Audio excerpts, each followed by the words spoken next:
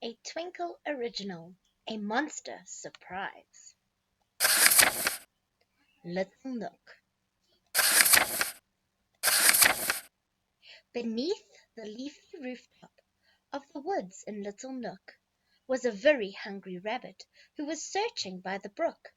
"My flowers have been stolen, almost every single bunch."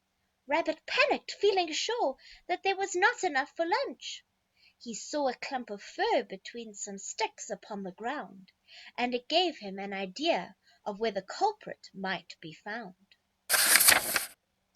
So Rabbit marched to Squirrel's house to find his precious food, and to tell his friend that taking it was really rather rude.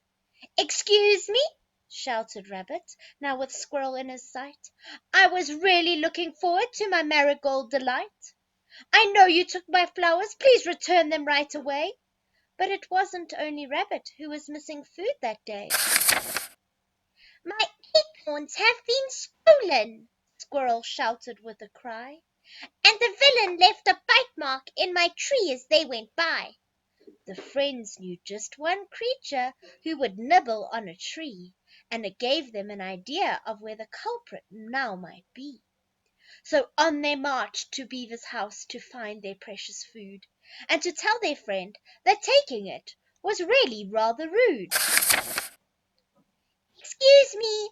shouted Squirrel, now with Beaver up ahead. "I was really looking forward to my toast with acorn spread. I know you took my acorns. Would you kindly give them back?" But it wasn't only Squirrel who was cross about her snack. "My branches have been stolen!" snuffled Beaver, full of grief, "and I'm sure I saw a pointy tusk belonging to the thief." The friends knew just one creature with a tusk of any sort, and it gave them an idea of where the culprit might be caught. So on they marched to Boar's house, off to find their precious food, and to tell their friend that taking it was really rather rude. "Excuse me!" shouted Beaver, now that Boar was in her view. "I was really looking forward to my branch and bramble stew. I know you took my branches, and I'd like them back unchewed." But it wasn't only Beaver who was longing for her food.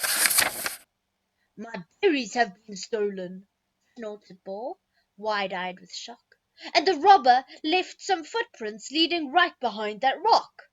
I don't know any culprit who has footprints of that kind, so I think we should follow them to see what we can find." The friends climbed up the rock, then clambered down the other side, as they trekked to find their food with just the footprints as their guide. Along a narrow path that formed a line between the trees, through the clump of thorny bushes that left scratches on their knees, across some jagged rocks displaying shadows on the floor, till they came across a cave that had a boulder for a door. The boulder started moving, and the creatures stood in fright as a silhouette inside began to shuffle into sight. "A monster!" Rabbit shouted as the friends all turned to flee.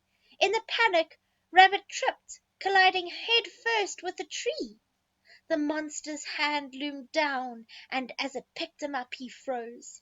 What a scary beast it was, with hairy ears and crusty toes.